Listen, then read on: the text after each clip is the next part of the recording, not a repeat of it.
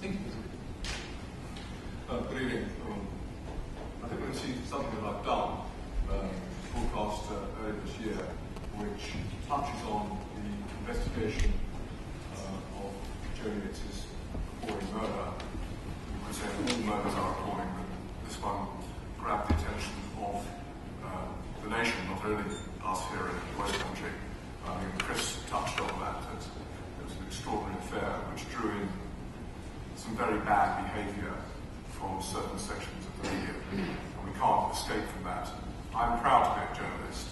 I have made mistakes in my career, and most of us, want to behave properly.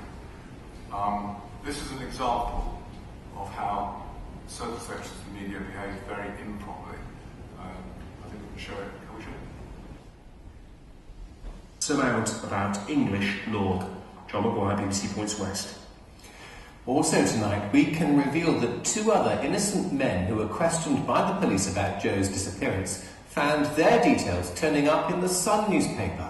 But we also have evidence that some people working on the case were so worried about leaks that they went to extraordinary lengths to keep vital information private. Our Home Affairs correspondent Steve Brodie reports now on the pressures that the police and the media face on a high-profile case.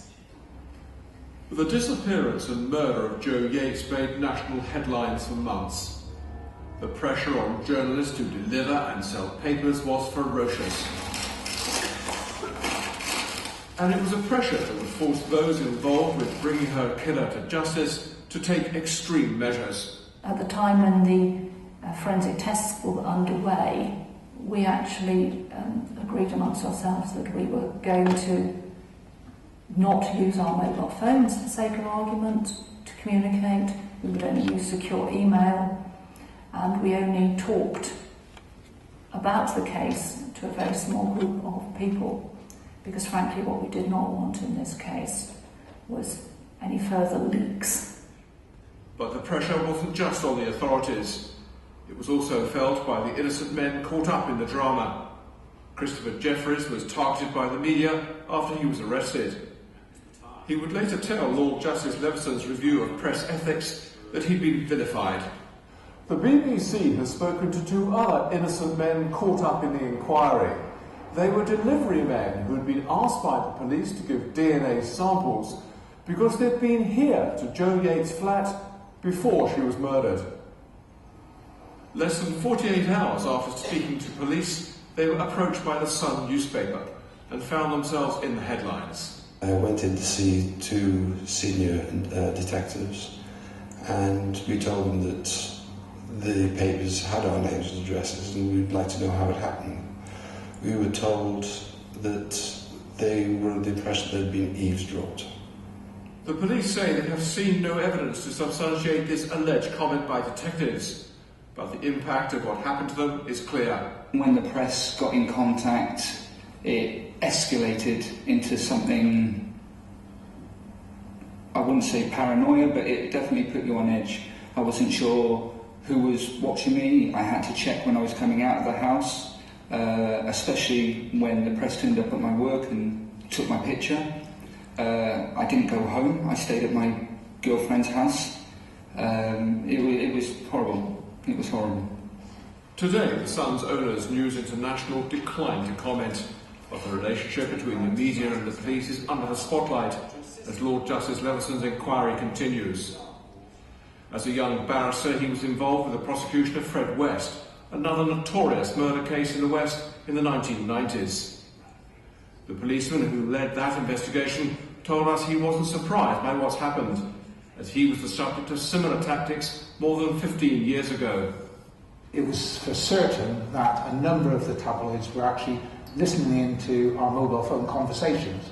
The sort of thing that was a regular thing was following people like me, doorstepping victims' families, phoning victims' families against every wish that I made. The Leveson inquiry has shone a light into how the media operates. Legislation may not be the way forward, but the pressure to sell papers is unlikely to go away. Steve Brodie, BBC Points West. Well, this is Wednesday's Points West with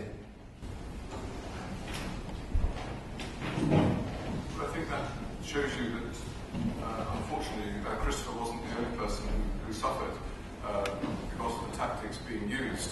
And I think it's very important that we're very clear about what's happened here. The BBC has no evidence either way that a police officer was paid or that the police themselves were hacked. There is no evidence either way that either of those two things happened. What is clear, there were leaks, and the majority of the leaks, if not all of them, appeared in the Sun. I happen to know that the police, because of the situation, clamped down on their own procedures, and you saw there Anne Redrock, who is head of the complex case department of the Crown Prosecution Service in the West Country, making that quite extraordinary revelation that they didn't use their mobile phones, they shut everything down. This is the Crown Prosecution Service, which is the heart of the British legal system in bringing suspects to court. It's an incredible situation when they are having to do that. And look at those two men.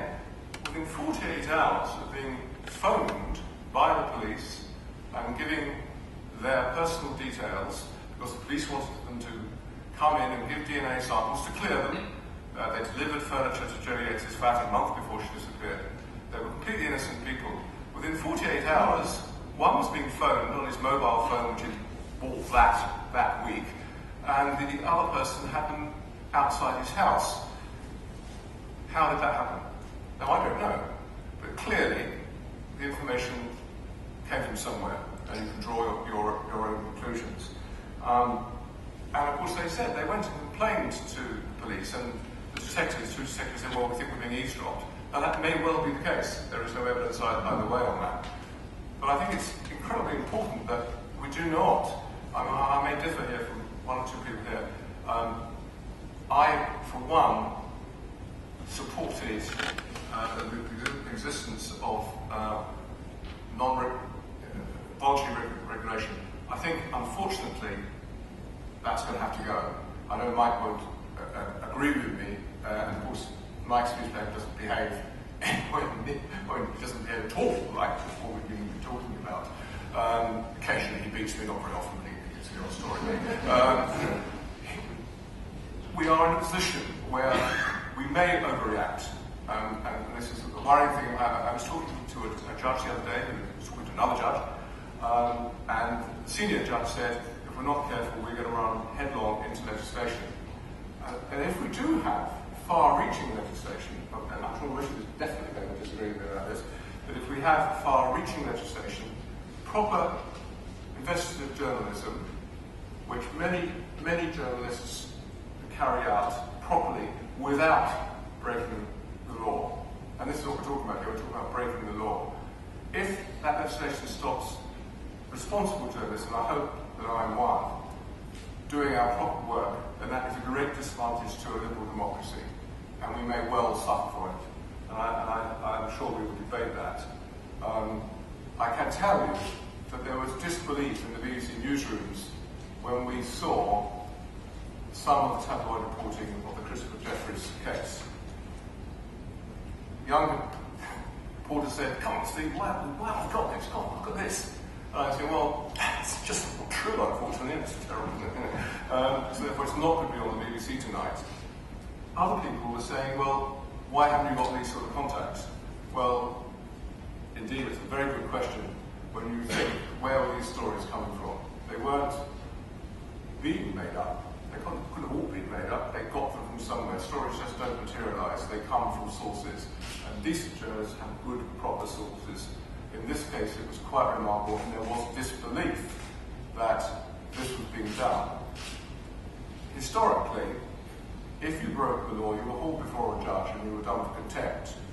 Sadly, that actually hasn't happened. You may be surprised to hear journalists say that, because if we all had this mentioned already, if the law had been properly implemented before, we would have had the excesses which has led to the situation we are in now. And it is, I'm afraid, a very grave situation.